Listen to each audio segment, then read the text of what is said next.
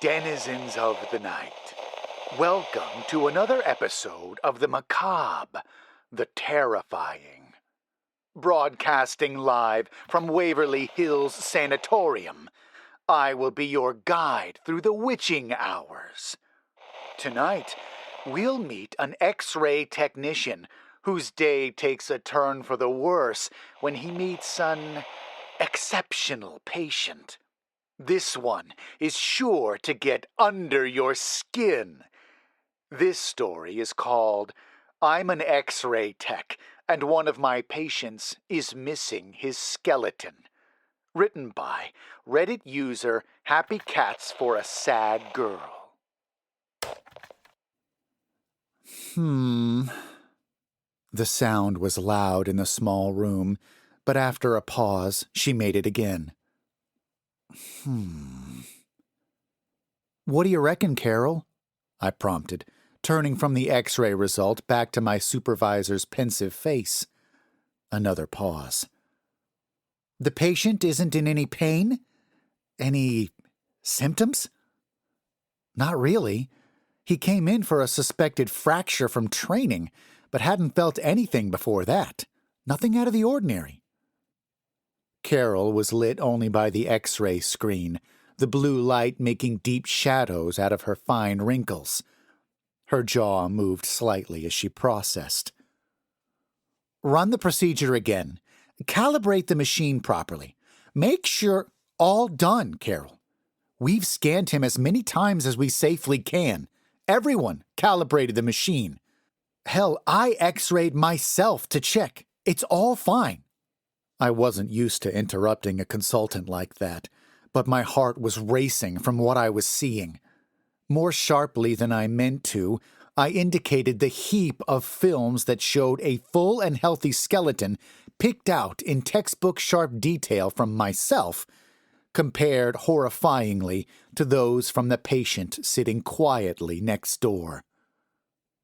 For a few minutes, Carol examined each one, her hmms turning to a grinding of teeth.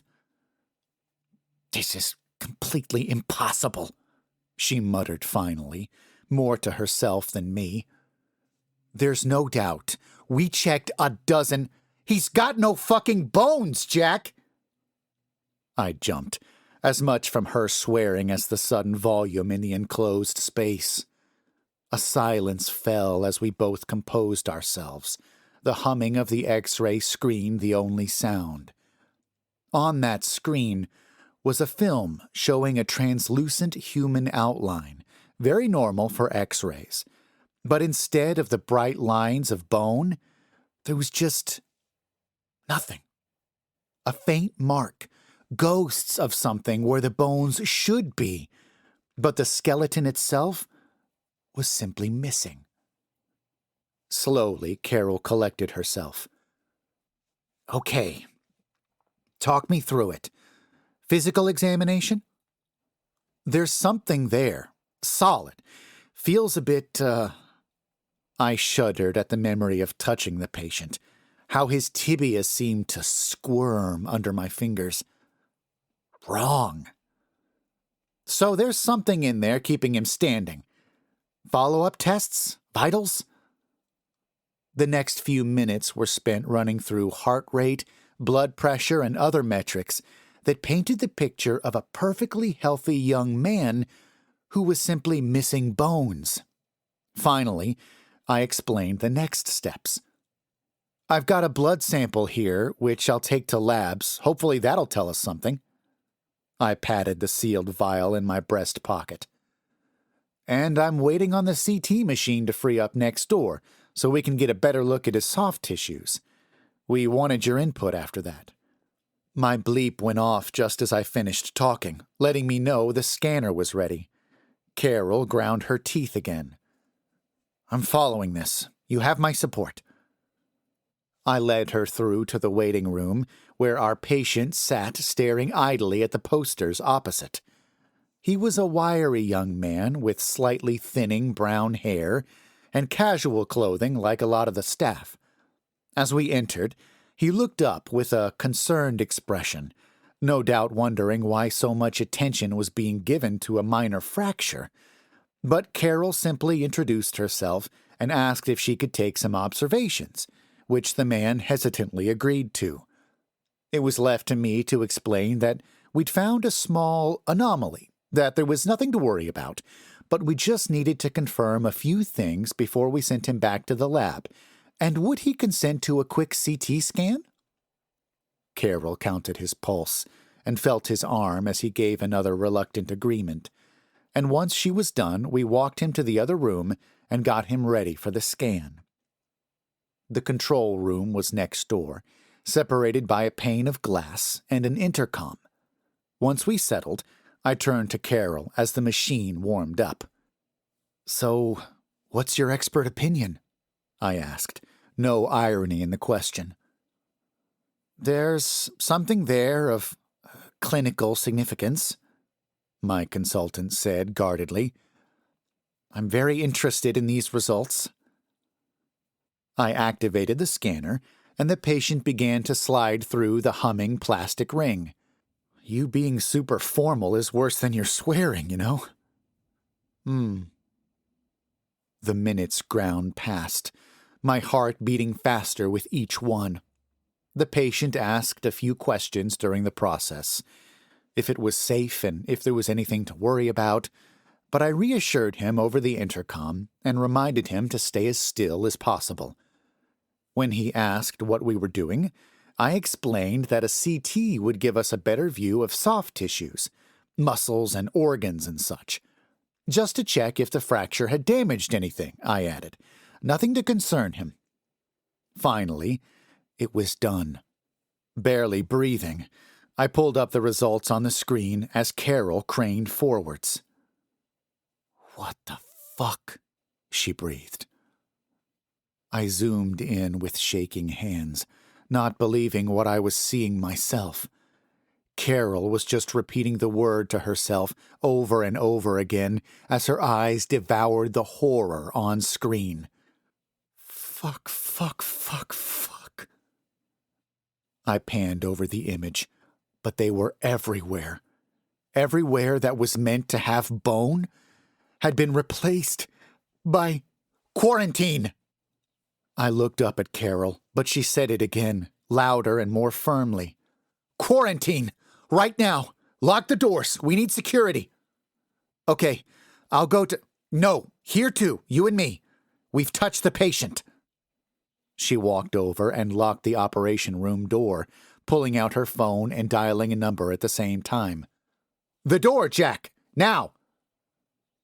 My skin began itching at her words.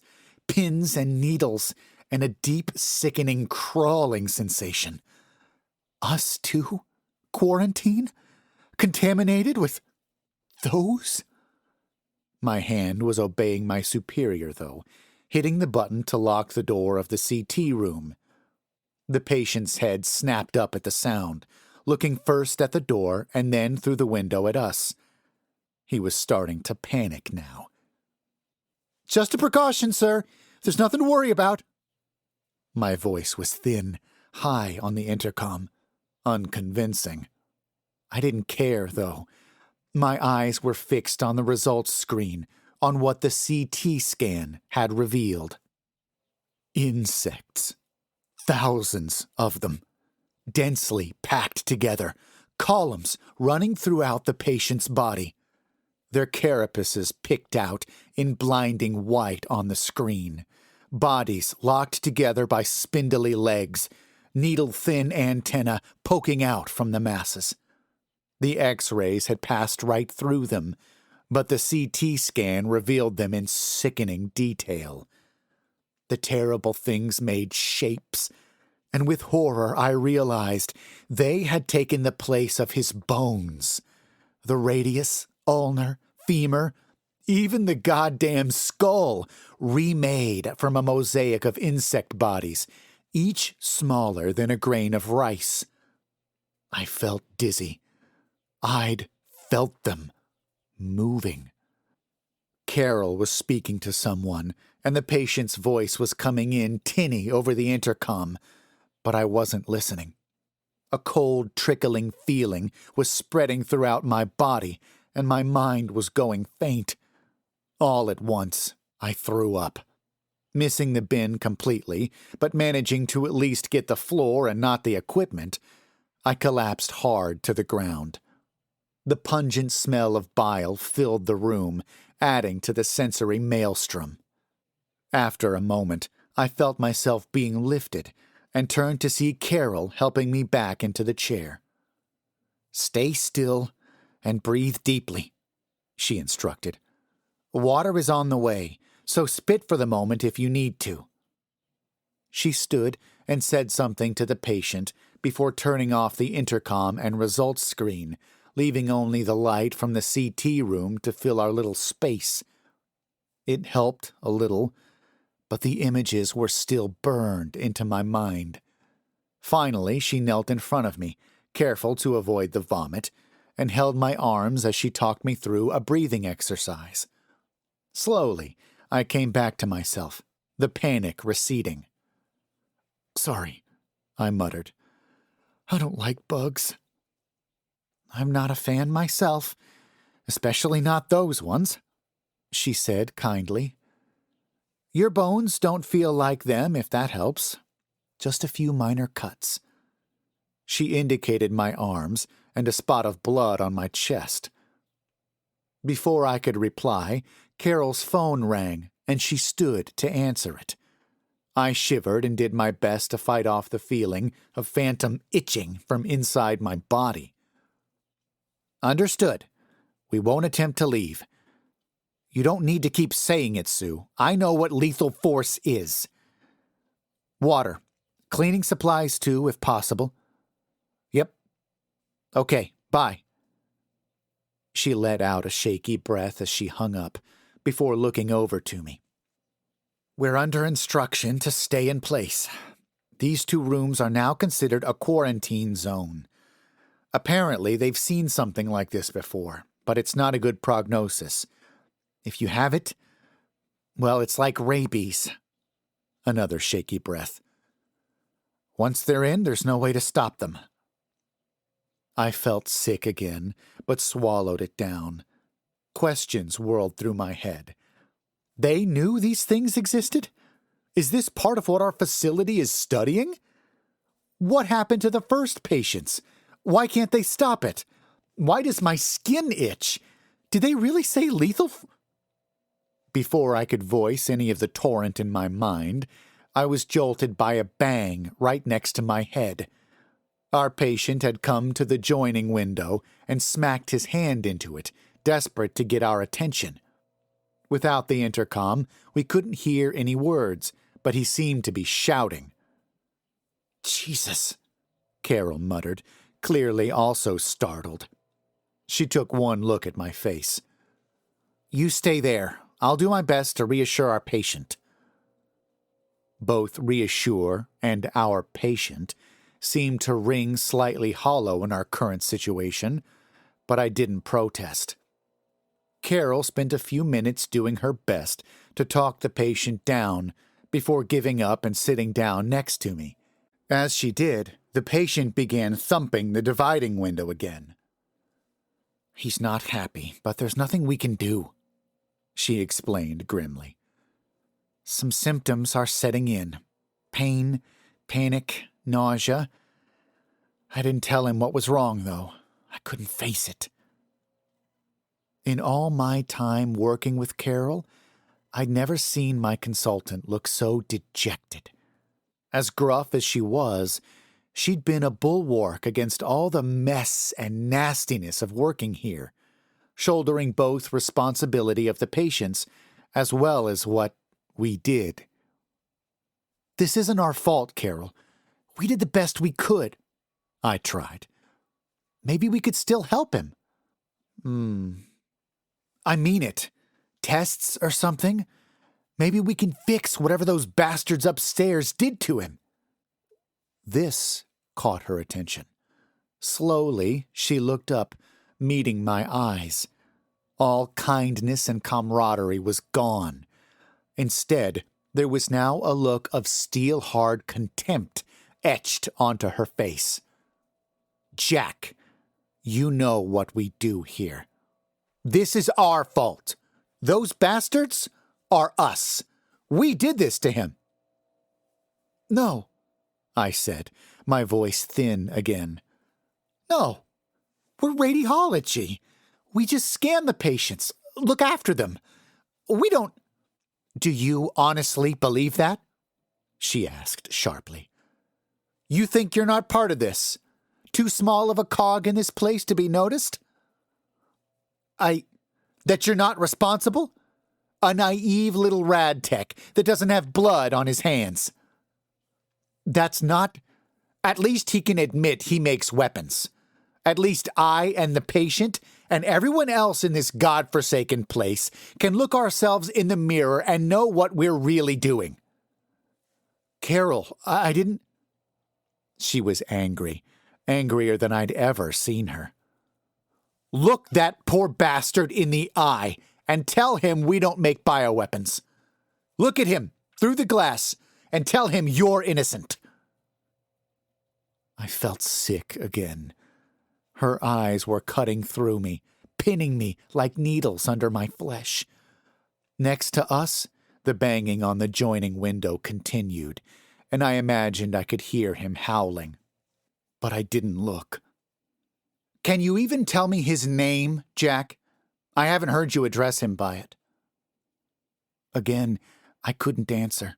Couldn't bring myself to look up at my patient and his screams. Carol made a noise of disgust. I get it. Like a farmer with cattle. It's easier if you don't get attached, right? She walked away towards one of the computer terminals. I'm gonna write this shit show up, as well as a recommendation that we review your fitness to practice. I'm not happy having someone of your disposition under me in this facility. She looked at me again. If you want any chance of keeping your job, I recommend that you look your patient in the eye and come to terms with who you are and what you do. The banging had stopped. Shamefully, I turned to look at the body of my patient. Except he wasn't dead. My heart stopped. In front of the window stood a melting man. His limbs were distending, lengthening and distorting as I looked, skin stretching and bubbling. The spine deformed, bending him forwards horribly towards the glass as his jaw flopped open and his skull collapsed on one side. The stretching skin began to split, white shapes pouring free from the gashes, but now I could barely make it out through a film of tears. I heard myself scream, collapsing down at the same time that poor bastard's legs gave way, and he fell mercifully out of view. I don't know how long I sat there sobbing for. Eventually, Carol's voice came from above me. This is what we do here, Jack, and you need to be okay with it. For now, I need the sample vial you took from Mr. Schwann. You're not fit to keep it safe right now. Shakily, I reached into my chest pocket, obeying without question. Immediately, there was a sharp, burning pain, and I pulled my hand out with a yelp. A half-inch cut wept blood along my index finger. In horror, I looked inside, only to see the glint of a shattered sample vial wink up at me, right where I had landed on it. Terrified, I looked up into Carol's face, which had drained of color. Right, she said. Okay, I'm going to ask what the transmission vectors of this particular project are. You, stay still, and over there. Let me know if you feel anything. I simply nodded, unable to speak, trying desperately to ignore the itching coming from deep within my right arm that was slowly spreading upwards. You know, There's something that's really bugging me about this story. And that's how well the horror just kind of gets into your bones. If you liked this story, please check out the author's other work in the links below. Don't forget to like this video and hit the subscribe button. And remember, don't fall asleep.